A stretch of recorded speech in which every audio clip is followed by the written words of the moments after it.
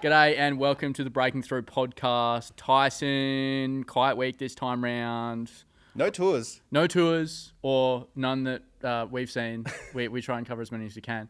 But we wanted to cover more about us this time round. I think when we started this pod, it was going to be more about what we think and what we see around the industry. So we haven't hit that balance yet, but we're going to try to today and then see if you guys enjoy that as well. The first question I think I've thought about this very recently is you've been in the industry a lot longer than what I have, but or more seriously than what I have been in recent years.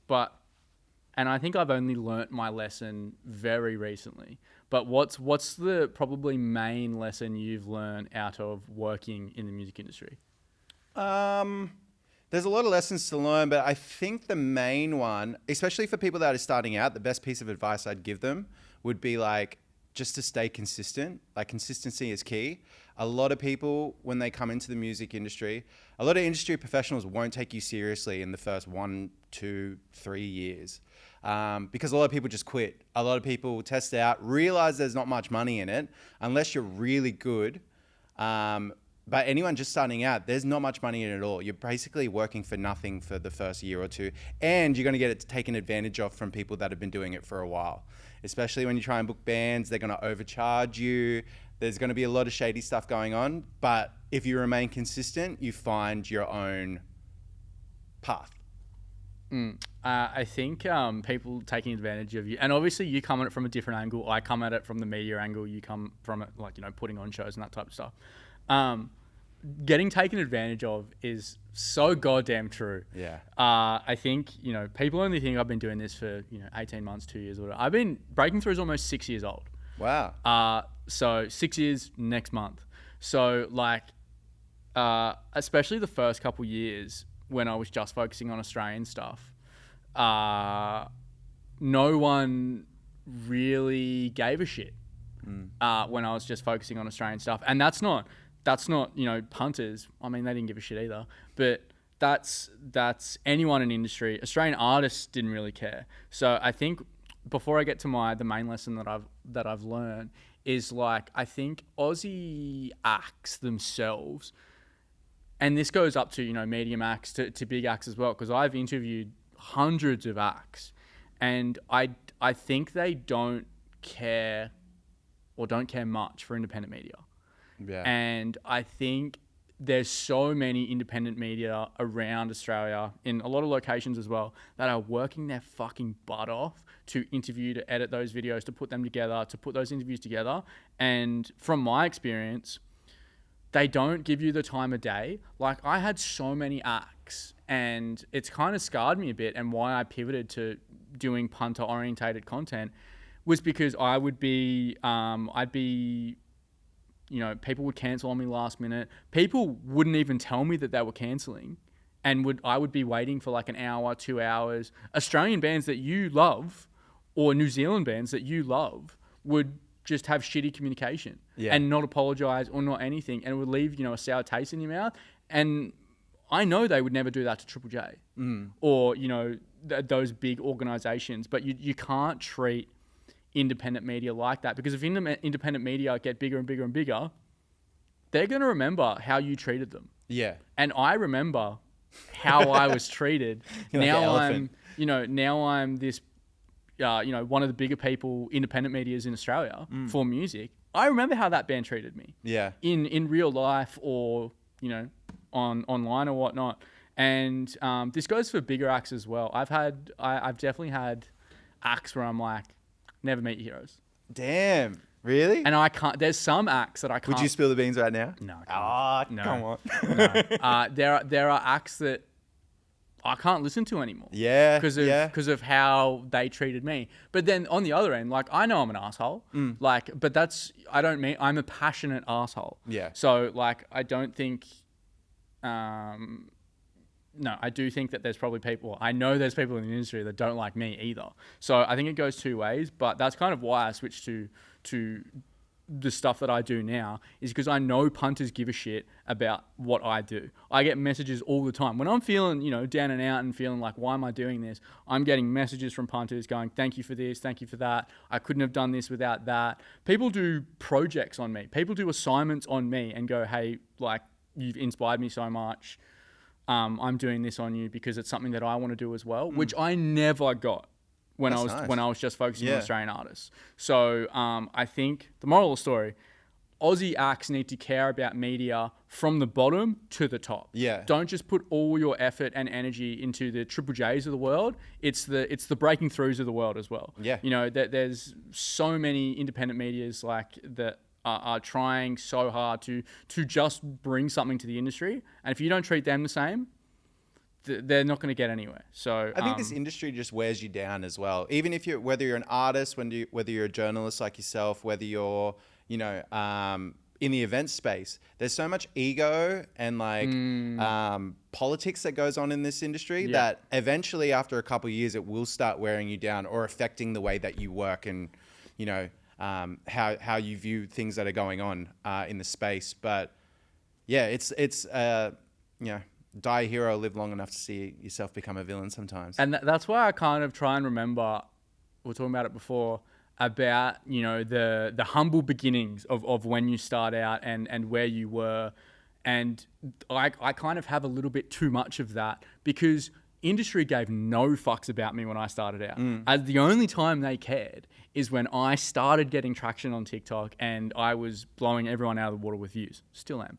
But I think of those situations where it's like, you never gave a shit. Yeah. And I tried to reach out multiple times. You never gave a shit.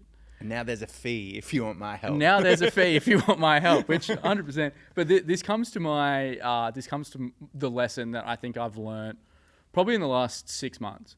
And I think it's a hard lesson that I've had to learn is that you can't be friends with everyone in the industry. Yeah. And you can work with everyone in the industry, but you can't be friends with everyone.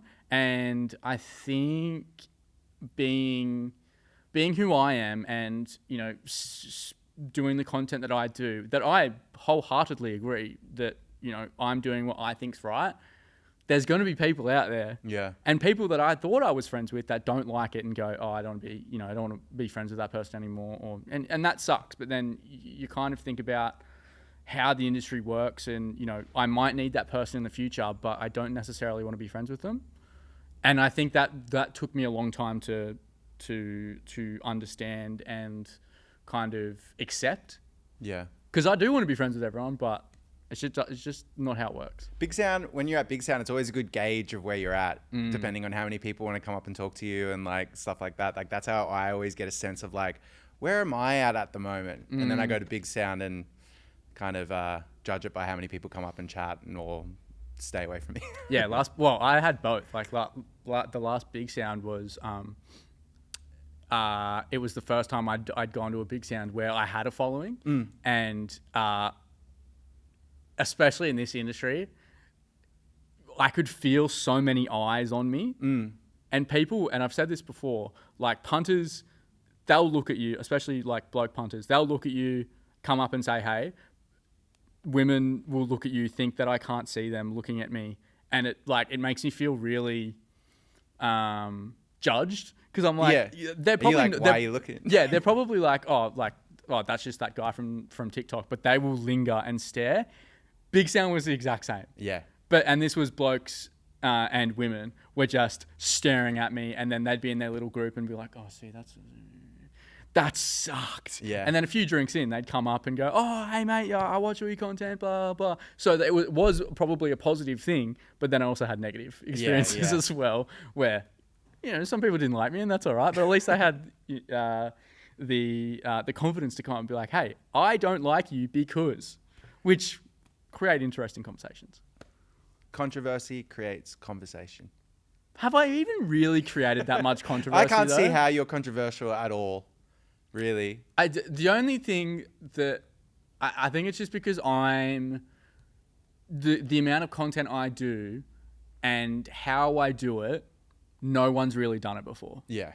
And I get phone calls all the time where it's like, I'd like to stay anonymous. That's okay, sure. and they'd be like, you're the only one talking about this type of stuff, or calling out this or calling out that. And that's kind of what I got into it for, because no one was doing that. Well, I see a lot of copycats of you now. There's a lot of copycats out there. And it looks like some of the like bigger promoters and stuff like that are turning to smaller, which I imagine is because we can take advantage of the newer people and just tell them to copy what you're doing.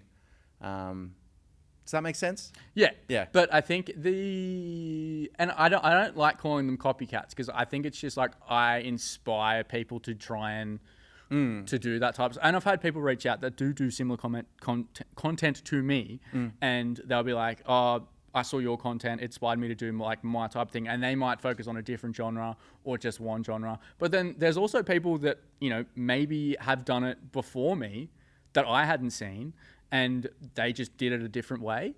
And, you know, with how algorithms are, you just might not have seen them for ages. Yeah. So, like, I think someone that started before me was Jacinda Chanel. She did all the Taylor Swift stuff and that type of stuff. And we just didn't see each other's content for, like, till after a year that, you know, I got to a certain point. And then me and her are friends because we're like, oh, we shouldn't be against each other. Like, we both are doing the same stuff. Yeah. So, yeah. But I think that a lot of the people that do this type of content is, especially around the festival runs, they'll only do, like, as Spilt Milk comes up, they'll only do Spilt Milk content, be consistent for that, and then not be consistent for the next festival. Yeah. Where I am consistent on all tours, all festivals, everything. It's a lot of work. But I think that's, yeah, I've definitely seen people come out of the woodwork. And it's like, if you want to try and do it, sure. But it's not as easy as it looks. Yeah. I've seen a lot of people rip off our content on the podcast here. Big companies. We're not mentioning who, though.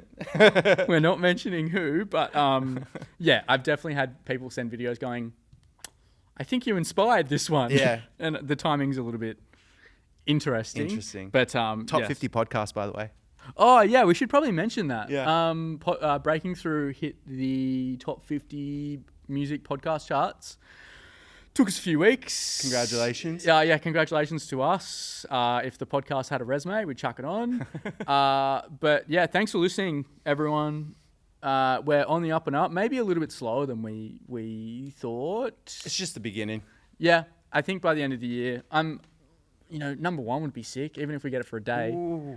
The highest Breaking Through's ever been was 7th.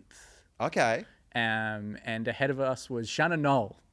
Ooh, yeah. He had the 6th spot at the time. So yeah, I'd love to get in the top 10 again. And I think back then it was just interview to interview, so people would jump in and jump out. Yeah. We're consistent shit the whole time. Yeah. So I think I think we can do it. But yeah, thanks for listening. Off the back of lessons that you've learnt in the music industry, do you ever have a time where you wish you weren't in it? Yeah, all the time. Like, I fantasize about working at Bunnings or Coles or something. Like, just having a simple job where it's like I have things to do that day that I don't have to think about when I'm just trying to watch TV or like after hours. Because I think with this job, I'm constantly thinking what the next steps are going to be, what my next moves are.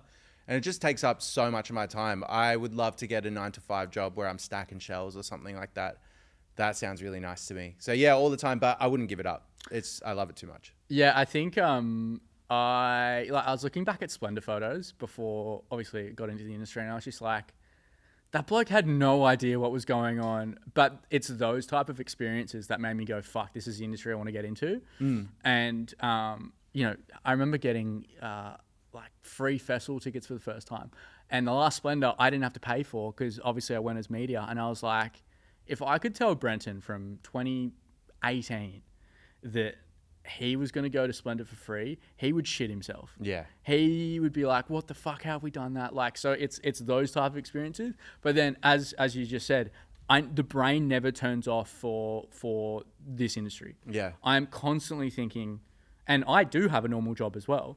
And I think that keeps me grounded of going and pushing me of going like, this normal job I don't want to do, but it reminds me why I'm doing it for the music industry stuff. And it's like, I can't base myself off anyone else and use someone else as an example because there are no other examples.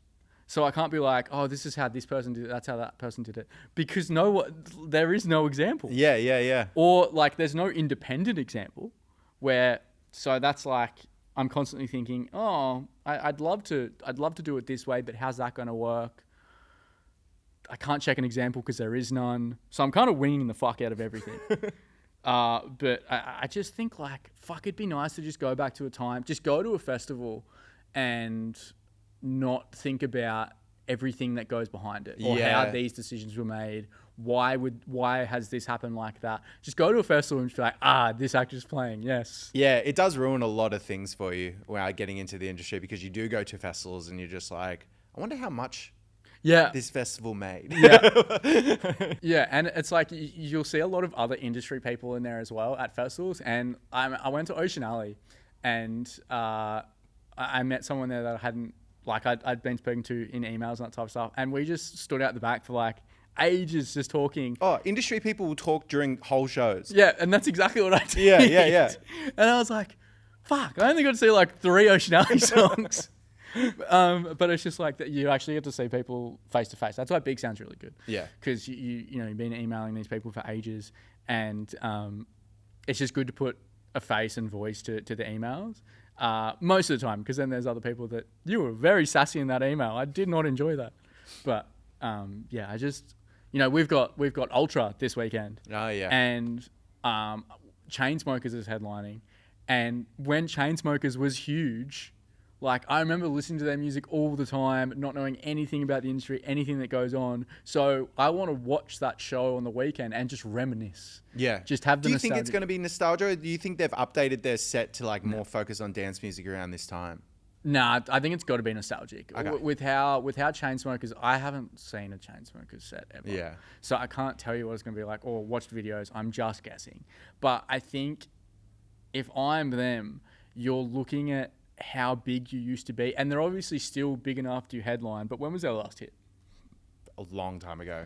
And didn't they recently have a? It was really one album. I'm pretty sure they had like singles back to back go really well, and then it was just nothing. Yeah, they had a couple year period where it was just like, oh my god, you guys have owned this, like, and they're the type of songs that I want to hear. So I hope it's a set like that. But I guess we'll update you next week. Oh yeah, we'll have a review. And it's being marketed as the last Gold Coast Ultra Beach. So I don't know, why would you market that in your ads and not put something out on socials about it? The old Blues Fest trick of going, this is our last one. That's exactly what I thought of though. Yeah. Of just going like, why would you do that when Blues Fest copped a lot of flack for that, when, I think different circumstances, but just put it on your socials if it's the last one. If that's how you want people to get to the Gold Coast and it is the last one, use that. Yeah. Don't just put it in targeted ads to me. I'm getting so many ultra targeted ads. Off the back of something we talked about a couple of weeks ago, another international festival that's come here and must have flopped, right? If it's the last one. Well, it's very, it's not clear if it's just the last Ultra Gold Coast and then it could be moving to Brisbane because it is bigger and there's not a venue for it here, or it's Ultra Beach. I guess it's next to the beach. Yeah. And then it could just be moving to somewhere further inland. Okay. I think it's not very clear. All right. So, and I've been trying to get information on exactly what's happening. Hopefully I run into someone at Ultra Beach and just be like, what's doing? Because it hasn't been clear. Yeah, TBC. Yeah. So hopefully I get that info for you next week. But what do we got next? Is there anything else on industry that you think that's like important for people to, especially people getting into the industry? It's a marathon, not a sprint. You're going to have to, if you really want to get into this industry, it's a long journey, and just don't try and do too much early. Try and be tactical. Yeah, I think being the crossover of that is being consistent, and that's being consistent in everything. Like I have to be consistent in the media that I produce, the media of, being on time, usually the first, because that's what builds trust for my punters in my content. For people on your side, if you're consistent in putting on smaller events, that's how you build that community as well. So I think being consistent in all facets of the industry is super important, and not just going, yes, I'll be nothing to everything in 12 months, because it's not going to happen. Another thing I always think about, which we can just kind of shoehorn in here, is like, is there any legacy like agencies and stuff like that that hang around for a while and that have successes of bosses? Because I feel like Australia has so many like independent agencies, whether they're booking agency or event agencies, and the owner is the guy that made it. And then once he decides it's over, the whole agency's over. I haven't really looked into that type of stuff. Yeah. I don't know. That's something that's been kicking around my mind. And I always wonder what happens to staff then. It just feels like we'll go find another job now. Like, well, that's what it would be like. It's like, you've got the experience here. I'm just going to move it into there. Or it's just like, I've been working for this PR company. Yeah. And I'm going to use it as a stepping stone to get to this PR company. Exactly. I always wonder how people make their way up in this industry, because it feels like it's just a lot of walls. Yeah. So many goddamn fucking walls. Yeah. But I think and I don't think I'm the right person to talk about this, because I don't want to work for anyone else. No, yeah. Breaking through has been my baby and there's been people that have, I think the biggest team we ever had was like 6 or 7 at uni. And, that's when I had another co-host. That's when we had like a spin-off podcast and other people doing certain stuff. And then there's been teams of just 2. It was just me for a while. So, and I've never gone, there was a time there where I was like, I'm just going to go into radio. I worked in sports radio for a little bit, but there's never been a time where it's like breaking through is not my end goal. And I want breaking through to be as big as it can be. And I want to do what I want to do. Yeah. Where there hasn't been really any time where breaking through hasn't been my end goal. There's definitely been times where I was like, I want to work for you. I want to do that. I want to do that. Got no's every single time. Yeah. And that's kind of what pushed me to breaking through, to be like, the industry's telling me through no's to do breaking through. Yeah. And we're not at the finished product yet. I'd fucking love to be at the finished product, but I think there's so many walls, and how you jump from that place to that place, I don't know, because I've never done it. It feels like it's just a lot of people like us that have their own thing that they're kind of pushing forward. And I always wonder, it's like, how's the investment on that? Yeah. Like, I'd love to know if you're having the same problems that I'm having in getting funding or doing this, or it's like, are you doing this at a loss, or are you doing that for free? Where it's, I don't think a lot of people like talking about that either, about like how much this is or how much that is or how much they're getting from that. Where I would love to have open conversations like that. Yeah. And just be like, this is what I'm getting. How much did you get from this? And it's just like, it's all close to the chest, which I'm trying to change. But then there's some things where I'm like, I understand where you're coming from on not wanting to talk about that type of stuff. I'd love to talk about it though. Yeah. Things, this is my segue, on things people wouldn't like to talk about. We spoke about Kanye last week being on wireless, and we did clips on that, and fuck, did we split the industry. Well, we split punters right down the middle. Oh yeah, people were really mad. Yeah, well, people are calling him the GOAT. Australia couldn't afford him. And then people are, saying, why are you supporting a Nazi? Yeah, and artsy. I don't know if we'll get dinged. We'll get dinged. Yeah, no, I don't we know should be fine. I don't know if Spotify will get in trouble for saying that word. But we split people right down the middle. And something I don't think we took into account last week, because we focused just on punter reaction, that type of stuff, but company reaction. Oh, Pepsi has pulled their support from. And they were the main wireless sponsor. It was Pepsi Presents Wireless Festival. It just goes to shows that, like, even though promoters are cool with having Kanye on, brands not as cool. And understandably, like, they've got to put their product beside this guy. Yeah. Everything that he said, everything like that. So yeah, it's kind of, but I find that weird that like wireless wouldn't have to tell Pepsi first, hey, we've got Kanye for 3 nights for this festival. Because Pepsi will be fronting the bill if they're the main sponsor on a lot of it. So that really confused me. But I get it from a brand perspective that you wouldn't want to be associated with Kanye. Yeah, and we only saw it from a promoter standpoint as well. But if it's like, not all companies have the same viewpoint on everything. So like, yeah, Pepsi might step out of that, but then another big sponsor might go, this is a chance that we're willing to take. Yeah. And I think like we said a lot of the same stuff last week is like, I was asking the questions on, how would punters feel? How would promoters deal with this? And that's not me supporting Kanye. That's me just asking questions. Yeah. Where no one else is really, well, not that I've seen in the industry, talking about that openly, where these are questions that would be in group chats about concerts and that type of stuff. We're doing the same thing. Where it's like, and companies would be doing the same thing. Yeah. When Pepsi saw that, they'd be like, fuck, we were blindsided by this. Well, allegedly blindsided by this. How are we going to deal with it? And I'm sure some people would be like, Kanye, this would be Kanye's first festival in a while. Let's risk it. And then other people would be like, no, from what he said, we're just completely cancelling. We're completely getting out of that.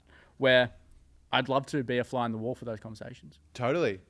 I think a lot of people the last couple of years have been so like mental health focused. And I think it's something that Gen Z takes care of a lot, is like mental health like things. But obviously if you're up against Kanye and you're saying that he shouldn't be able to do things, you've never dealt with someone that's had bipolar mental health issues.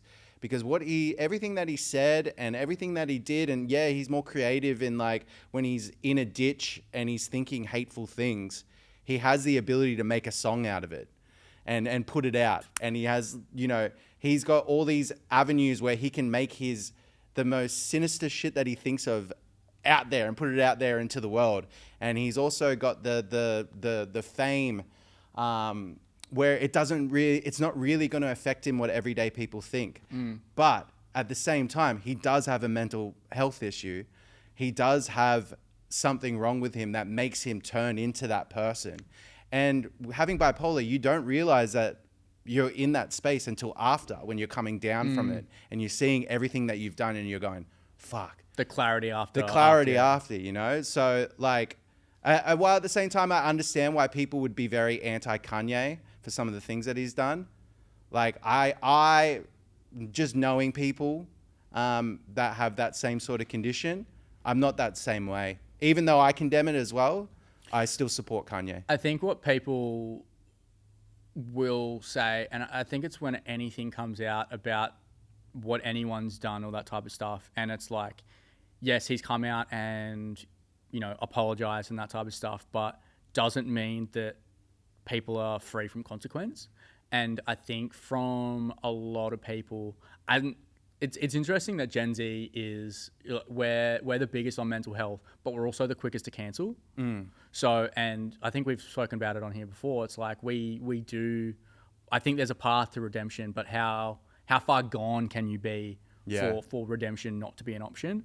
But, and I think a lot of brands and companies and that type of stuff would be having the same conversations. Obviously money would come into it and be like, how much money could we earn from this? How much money are we going to lose? But that conversation about like, how are punters going to accept someone like Kanye being on a lineup? And like, I think if you talk to other people, they would have different views on how many people would care, or like how many people are willing to forgive, and how many people would just flat out decline going to festivals, where I think that's a different number for everyone. Yeah.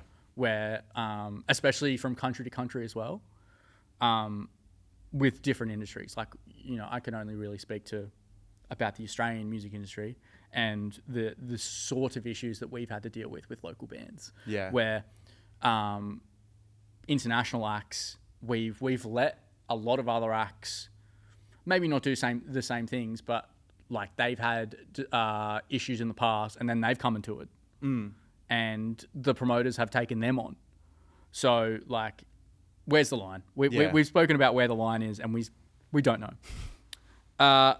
Another issue that's come up over the last week, and I think I talk about like open communication from artists, promoters, and all that type of stuff, and this is more open communication than what we've had in the past. But Method Man, obviously Wu-Tang came and toured, and they were missing multiple members, and people were pissed off at promoters, and the group for not turning up in full as it was advertised as them turning up in full. And Method Man was on, I think he was on live, and he came out and said that he wasn't going from pretty much the start. Yeah. And told them that he wasn't going to be on there from the start, and how they're always booking tours, and it's like the last tour, the final Yeah, tour. he seemed to not realize that it was like the final Wu-Tang tour. He was like, they're always doing something, and this is the final Wu-Tang Yeah, tour. Like, they're always marketing it as Yeah, that. yeah. But what I took from that chat, well, from that video, was that he was blaming promoters a lot on that. he pretty much flat out just said it was the promoter's fault. They promoted it like this. I'm not blaming promoters on this. Now, I'm not saying that how the promoters dealt with it was perfect, because I don't agree. I think when stuff like that comes out, and you've got to put it on your socials that this isn't coming, and I would say when you found out, be as open as you can, not switching blame, but when something like that comes out, you've got to get ahead of it. Yeah. And a lot of promoters and festivals have not been doing that, and it looks really bad on them. But with him coming out and saying like it was promoters, they knew I wasn't coming. Wu-Tang came out like a day or 2 days before the Australian tour and was like, he's not coming due to unforeseen circumstances. If he has told them from the start, it's not unforeseen. Yeah. So they've come out and said it's unforeseen circumstances. Do I think Wu-Tang runs that account? No. Their management does though. Yeah. So, you're blaming promoters when they only said 24, 48 hours before that Method Man's not coming because of unforeseen circumstances. That doesn't line up. Can I ask, is this whole Wu-Tang tour, is this the final Wu-Tang tour like in the world? Or was this way that they went about marketing this as the final Wu-Tang with all living members, is that just for Australia? I'm not sure. Because if it's a world tour that they're on, a final world tour, they knew way in advance. The management and the promoters both knew that Method Man wasn't coming. But he said in the video that he was like, yeah, I can do these local dates or whatever, but I can't do the international dates. So that would have been from way back when they were organising this. And he even said in the video that he saw the promotion of saying that all living members, and he knew he wasn't going. Yeah. So how do you put that on the promoters? I mean, they're running with it. They're the one that's, the ads that I saw were all from the promoters' accounts saying all living members. But did the promoters, had the message been taken from the management to promoters? Because that's what it doesn't seem like that. I think there's a bit of a miscommunication going on. Huge miscommunication. This was their biggest tour to date. Like, they were playing Entertainment Center. I think every time that Wu-Tang's Clan has came, they've never played venues this big. Like, obviously they got into these venues by being the last Wu-Tang tour. And like, even if they knew in advance that Method Man wasn't coming, does it change the way they promote? Because they're not going to say now, all living members are going to be there. They're going to say all living members are going to be there except Method Man. But it was also 3 other members as well. Yeah. I think it was 4. Well, did they offer the reasons for the other 3? No, they said on stage it was like, it's a 24-hour flight and we don't want to shit on the same plane or something. So I don't know if that was them saying. But the thing that annoys me the most is I am all for blaming promoters when I think they've done the wrong thing. In this circumstance, I don't think they've done the wrong thing. And he says that artists should turn up for shows and not pull out blah, blah, blah, blah. But if you're saying that you told them early on that you could not do the Australian dates, and then 2 days before or a day before, they come out on their socials saying that Method Man's not going to be there due to unforeseen circumstances, that is such a fucking spit in the face to fans. Yeah. Because you're and in the comments, people are like, oh, thank you, we respect you for saying this, blah, blah, blah. But the stories don't line up. Stories don't line up. To me, in my head, the only thing that makes sense, right, is it was agreed upon that all members would be there at the start. Very quickly, I think after maybe promotion had gone out, then came Method Man's not coming. But then it's like, from a promoter standpoint, it's like, well, do we change this all now? Because if we don't run it as the final Australian tour, we're not going to sell these tickets. Let's just beg for forgiveness rather than permission. And right before the show, we'll say Method Man's not coming, and we'll deal with it after. We're not going to get that many refunds. But I think also, like as soon, like just before the shows, like a couple of days before, when they announced the Bliss and Esso supports, that's when all the marketing of the all members will coming changed. Yeah. So I think that's when they found out. Yeah. So like I don't think those promoters would change that last minute if they knew previously. I think they could have got away with it if it was just Method Man, but the fact that there was a couple others, I reckon that was the cinch. Yeah, I just don't think it's fair to go, oh, don't put it on the group, put it on the promoters. When you're putting up they didn't even mention about the other group members on their socials. They only said Method Man wasn't coming to Unforced. Method Man's one of the main. He's like the second main guy in the group. So I can understand why people were pissed about him. I'd be pissed about the Young Dirty Bastard guy not being there as well, because a lot of the set is dedicated to ODB. So, and I love those songs. Sucky situation. I hope people got their money back if they spent a lot on it. Yeah, I think Tic Tac was offering refunds like an hour before or like the day of or whatever. But it's just like, again, fucking fans getting fucked over again. Yeah, and Method Man hasn't been here for like the last 3 tours or something. Yeah, I think he missed the last one as well. He said that as well. But like, I just think like it's so easy to put it on the promoters when I think the acts have to take some responsibility on this as well. Yeah, and promoters copying all the shit. That's why we don't have Listen Out anymore. Yeah.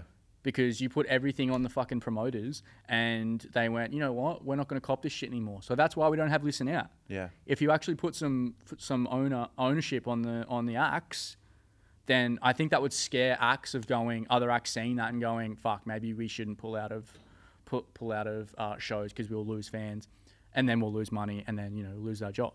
So yeah, I just think that we've got to share the blame around and not just go, it's the promoters.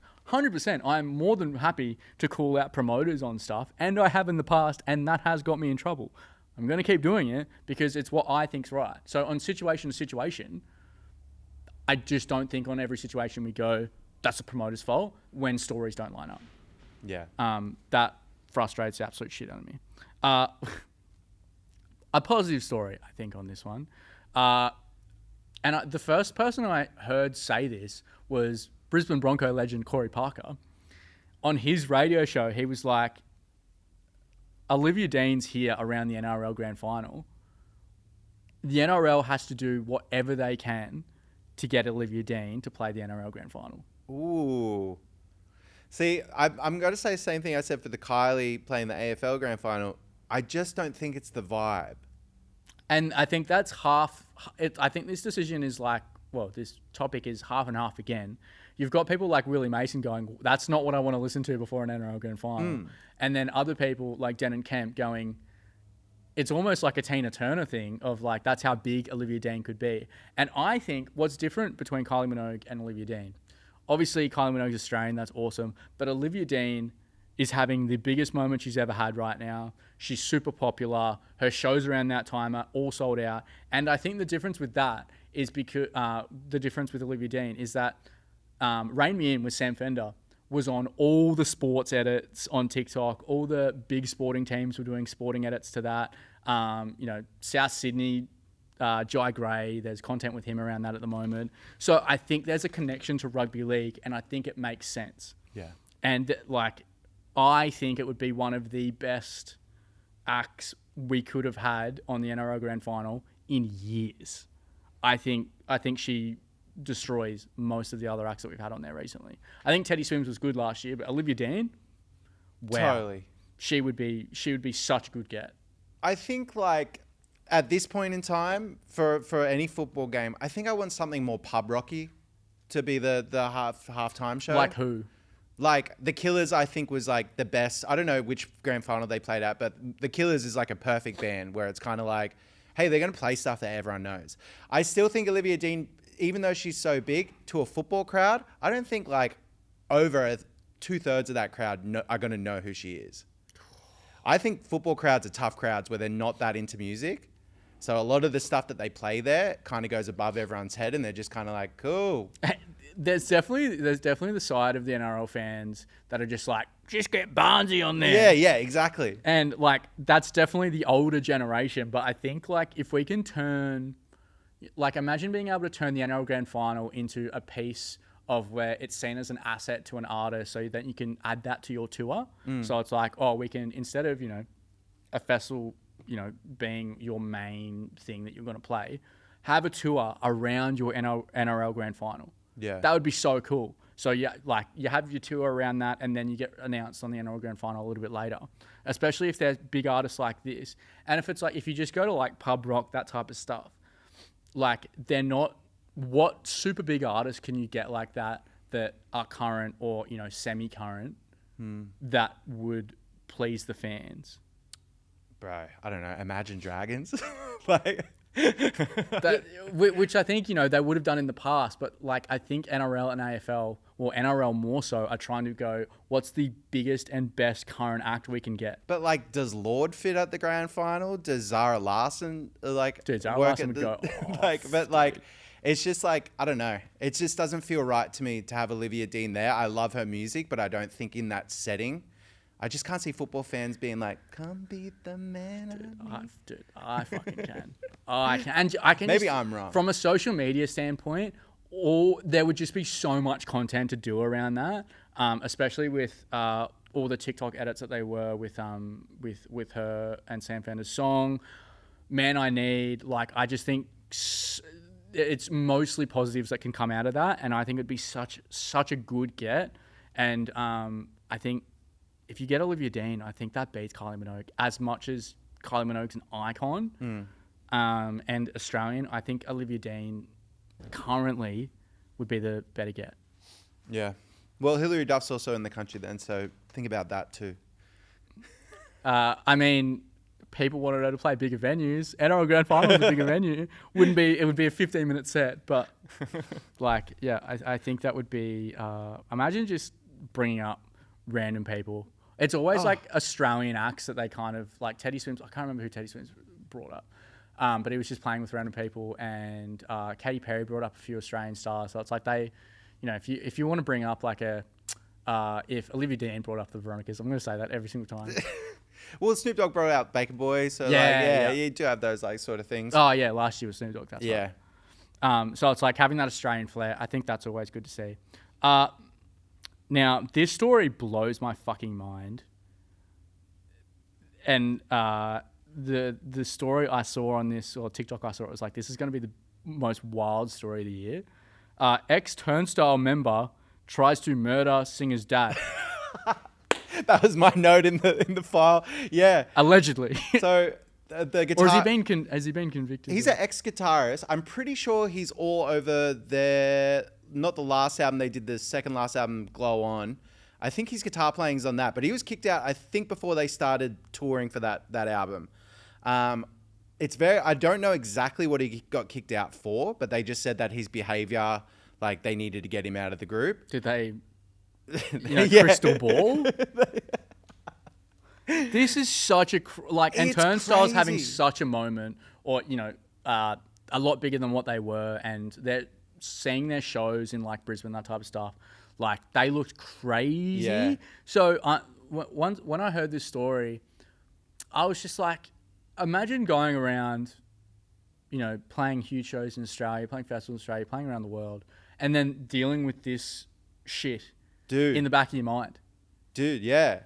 Like, so the story is that like the guy drove to the singer's house when his parents were there. His dad was out front. Something's happened where they're yelling at each other. He ends up driving off, but then he comes back and does hit him with his car, hits the dad with the car. The dad, what's his injuries? His legs fucked up, and he got hit in the head. Okay. My computer's died, so I'm fully going off my notes, but yeah, he's like tried to kill him, tried to run him down with the car. It's got to be one of the craziest stories ever. It's so crazy. It must suck getting kicked out of Turnstile and then having them fully blow up, and you've just got to be like, I thought you I'm gonna kill his dad. You don't want to be like, I understand he's mad, but I do understand he's mad, but this is like we don't brother. do that. We don't condemn murdering someone's dad. We're trying to. It's like you kick stones, but you don't drive cars into people's parents. Bro, talk your shit. Just don't try and murder someone because you were kicked out of a band. That is insane. Bro, it's going to make a great true crime sort of biopic. It's going to make a great next album. Yeah. And like, why the dad? Like, Why just the because he was dad? there? I don't know. But when Anthony Fantano was talking about this story, people were just like, what are you saying? Like, what do you mean? What? And in the statement from the band, they're just like, we have no language left for Brady. And Fair. yeah, I mean, fair. That's a very calm way to approach it. Yeah. Imagine having to put a statement out because of that. That's crazy. Yeah. How does the band move past this now? Like, I don't, and that's the thing. It's like a lot of people use bad situations as inspiration, but that's like, it's usually a breakup or something like that. Not someone allegedly trying to kill someone's father. Yeah. Which would have been a good friend. Yeah. And past. their whole, like, their American summer is booked with festivals, like pretty much starting from like next week. I think they play Coachella next week, right?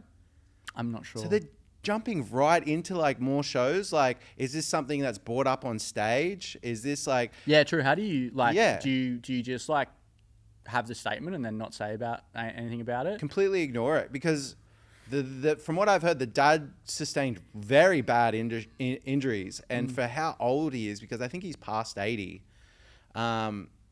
those injuries are gonna lead to something bad because you can't get hurt like that when you're At that old. age, yeah. Yeah. Yeah, that, when I heard the story, I was just like, how do you continue as a band when something like that, especially, you know, when people talk about, well, bands and acts talk about touring and the mental toll that takes on you when you're touring and doing that type of stuff.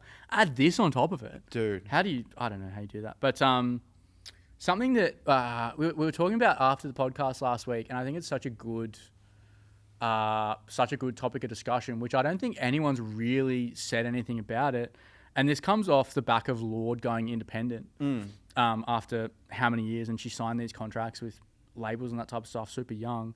It's like, should kids be allowed in the music industry? What's the age, the legal age to be like, yep, you can be in the music industry now? Because we have age limits for almost everything.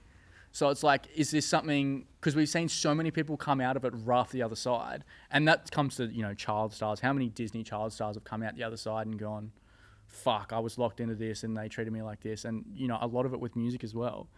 And you think like, all we see is the side of it of, you know, them releasing music at 15 and how talented they are. But the behind the scenes of it's crazy. Yeah, it's a lot. I personally think that kids should not be allowed in the music industry at all. Like 18 should be when you're allowed to start making deals or like playing shows or whatever.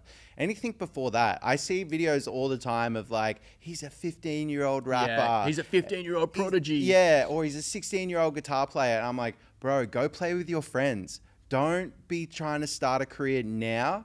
It's going to you're putting yourself in harm's way, first of all. Like, what child music star has it all worked out for? But you hear a lot, it's like the earlier you start, the better position you'll be. Like if you start at 14, like by the time you're 18, you've had all these other experiences that people, if they start at 18, like they're about to go through that. And it's like, that's seen as a positive. Yeah. But it's like, when you're 14 to 18, you're going through like puberty and going through stuff. Add being in the music industry on top of that, dude, all the scars and mental scars that you probably won't have to deal with when you're 15, 16, 17. But when you're 24 and you're like, oh my God, I act this way because of this situation and that. It's just like the mental toll that would take on you. I don't know if 18's the right age though.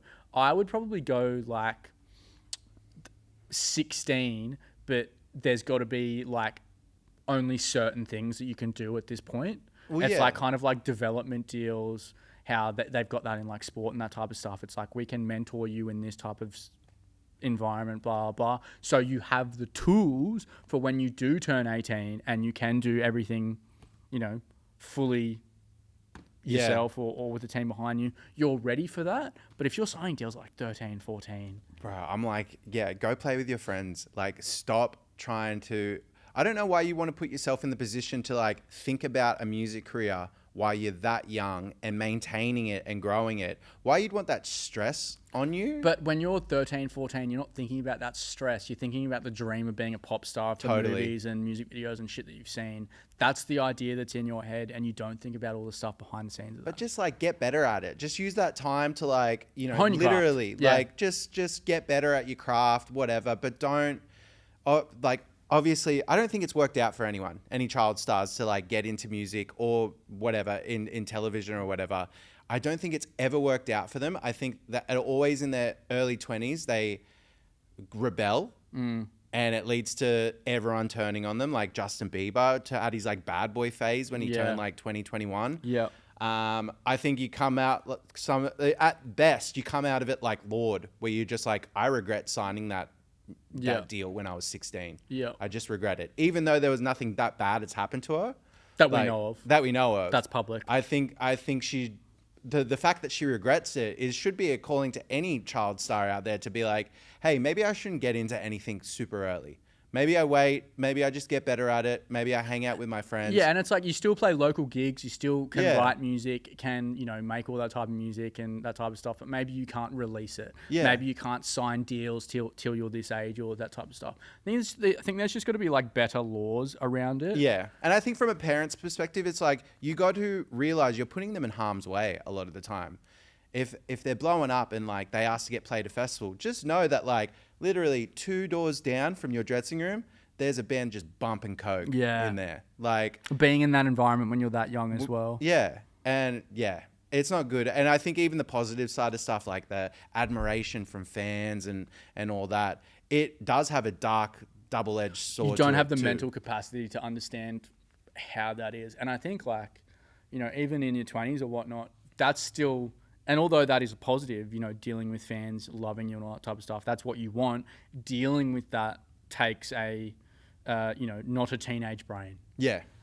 Because especially in this day and age, you deal with one situation wrong, that blows out of proportion, and that makes it so much worse on you.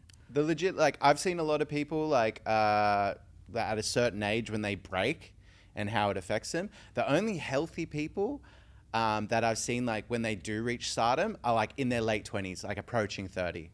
Like they seem to have a better grasp of it and they can handle it.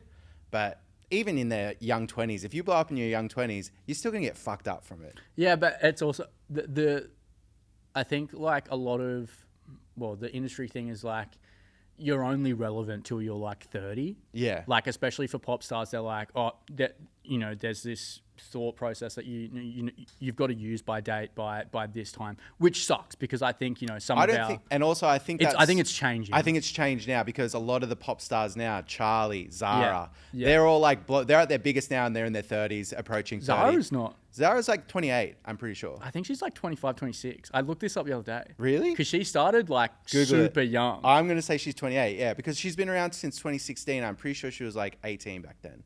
Zara Larsson is 28. Yep. So a perfect time to kind of blow up, I think. But she got into it super young as well. Totally. And like, if you think about the songs that she was on at that age, like she's having her huge moment now. And it's like, it took her so long. Yeah. So if you start that at, 21, like, yeah, and it's going to take you the same amount of time, that sucks. Yeah. But I think now, and I think the more we progress as a society, like we'll have a lot more prominent pop stars at 40, 50, which extending that lifespan of someone's career can only be a positive for people coming up, which I like. I just think millennials look good at 30 as well. I think we all look really good. So it's like that hasn't affected us like it has past generations. That's true. I mean, I hope us Gen Zers still look good at that time as well. I think that's it from us. Cool. I think we're going to try and put like being able to have people send voice notes in. So I'm going to do a video on that.